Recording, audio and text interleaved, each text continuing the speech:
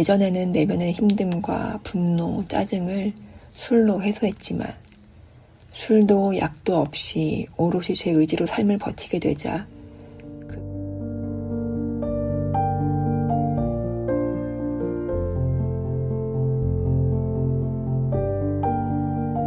안녕하세요.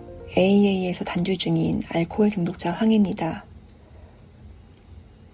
저는 개방병동 시절 훈련의 일환으로 AA 모임을 다시 가게 되었는데 저는 적어도 그곳에 가면 술은 마시지 않는 것 같았고 어쩌면 사람들과도 잘 어울릴 수 있을 것처럼 느꼈습니다. 그런 이유로 AA는 제게 매력적인 곳으로 보였습니다. 하지만 저는 12단계 프로그램이 아니라 감정과 사람을 붙잡고 회복하려 했습니다.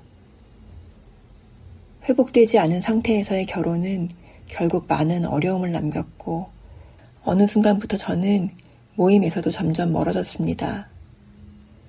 술만 마시지 않은 알코올 중독자, 어쩌면 더 지독하고 괴팍한 모습으로 서서히 망가져가고 있었습니다. 술은 마시지 않고 있었고 일도 하고 있었기에 겉모습은 멀쩡해 보였습니다. 사람들은 제가 잘 지내는 것처럼 봐주었고 누구도 제 생활을 문제 삼지 않았습니다. 그 때문에 저는 저 스스로조차 잘 지내고 있다고 속고 있었던 것 같습니다. 지금 돌아보면 저는 분명히 더 병들어가고 있었습니다. 예전에는 내면의 힘듦과 분노, 짜증을 술로 해소했지만 술도 약도 없이 오롯이 제 의지로 삶을 버티게 되자 그 감정들은 고스란히 마음에 쌓여 가족들에게 향했습니다. 저는 주위 사람들을 힘들게 했습니다. 제 자신도 힘들게 했습니다. 일에 대한 흥미와 성취, 결혼 생활의 설렘도 익숙함으로 바뀌었습니다. 무료해지자 단주를 유지하고 있음에도 삶은 즐겁지 않았습니다. 전혀 즐겁지 않았습니다. 오히려 더 괴로워졌습니다. 그러다 문득 내가 왜 술을 안 마셔야 하지? 라는 생각도 들었고 언젠간 마실 수 있지 않을까?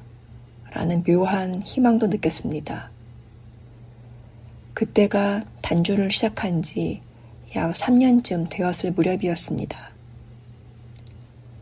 물론 모임에 완전히 나오지 않은 것은 아니었지만 두어 달에 한두 번 남편이 걱정하는 것 같으면 인심 쓰듯 나가는 정도였고 제 삶에서 모임은 남의 이야기처럼 점점 멀어져만 가고 있었습니다.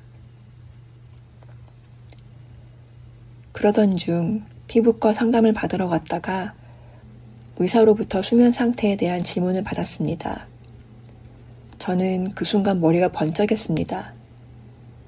저는 직감적으로 저 의사에게서 내가 원하는 것을 얻을 수 있겠구나 라고 느꼈습니다. 그래서 저는 제가 원하는 알약을 많이 얻기 위해 많은 거짓을 덧붙여 자세히 설명해 주었습니다. 저는 기대하는 마음으로 약을 처방받았고 그 약은 역시 제가 기억하던 술과 아주 비슷한 효과를 가져다 주었습니다. 그 순간 이 약을 술 대신 쓰면 되겠네 라는 안도감이 들었습니다. 저는 해결책을 찾았다고 느꼈습니다. 하지만 그 효과는 안타깝게도 오래가지 못했습니다. 더 큰 효과를 얻기 위해서 더 많은 알약이 필요했습니다. 정신과를 전전하며 내가 원하는 약을 원하는 약만큼 얻기 위해 부지런히 노력했고 약을 제 멋대로 남용하였습니다. 약을 먹은 상태로 TV를 보던 어느 날의 장면이 아직도 생생합니다. 들떠있고 기분이 좋았던 저녁, 좋아하는 드라마를 보며 밥을 먹고 있는데 남편에게서 늦는다는 전화가 왔습니다. 그때 약 기운 때문인지 무엇 때문인지 알 수 없는 흥분된 기분이 들었습니다. 문득 청아는 괜찮지 않을까? 라는 생각이 자연스레 들었고, 바보 같게도 정말 그 정도는 괜찮을 거라는 결론에 도달하였습니다. 저는 슈퍼로 달려가 청아 한 병을 샀습니다. 그리고 마셨습니다. 그렇게 저의 만 6년의 단주 생활은 어처구니 없게 막을 내렸습니다. 그 한 병을 시작으로 저는 걷잡을 수 없는 내리막길로 추락했습니다. 처음엔 남편을 속이고 가족을 속이고 세상을 속일 수 있을 것 같았지만 아쉽게도 제 훌륭한 연기력은 오래가지 못했습니다. 몇 주도 지나지 않아 술을 마신 것이 드러났고 저는 병원에는 가지 않겠다며 모임으로 끊어보겠다고 남편을 설득했습니다. 남편은 몇 번이고 저를 믿어주었지만 저는 이미 제 스스로 멈출 수 없다는 것을 경험으로 알고 있었습니다. 사실 그때 저는 끊고 싶은 마음이 없었습니다. 계속 마시는 삶을 원했습니다. 그러다 어느 밤 소주 너댓 병을 가방에 넣고 안심하며 만족스러운 마음으로 퇴근했습니다. 집에 들어온 남편의 모습을 보며 처음으로 죽음의 그림자를 느꼈습니다. 아무 말 없이 허공을 바라보는 남편이 당장이라도 죽을 사람처럼 보였고 처음으로 혼자 남겨질지도 모른다는 공포가 밀려왔습니다. 그날 처음으로 정말로 술을 그만 마시고 싶다는 마음이 들었습니다. 그날의 신께 감사드립니다. 내가 정말 중독자라는 사실, 중독자는 어떠한 사람이라는 것, 이 술은 내 힘으로는 절대 멈출 수 없다는 것, 그리고 누군가의 도움이 필요하다는 것을 그날 처음으로 인정했습니다. 저는 그날 저녁 흐뭇한 마음으로 조심스레 챙겨왔던 제 술들을 다시 제 손으로 버릴 수 있었습니다. 2018년 12월 5일 저녁이었습니다. 그리고 그날 이후로는 지금까지 술을 마시지 않고 있습니다. 재발 후 다시 돌아온 모임에서 두려움과 좌절, 끝없는 유혹에 맞서 100일 작전도 하고 후원자를 정해 12단계도 발굴에 노력하고 서적도 꾸준히 읽으며 노력했습니다. 그러나 만족할 만한 변화는 쉽게 오지 않았습니다. 좌절하고 다시 용기를 내고 또 좌절하고 용기를 내는 일이 반복되었습니다.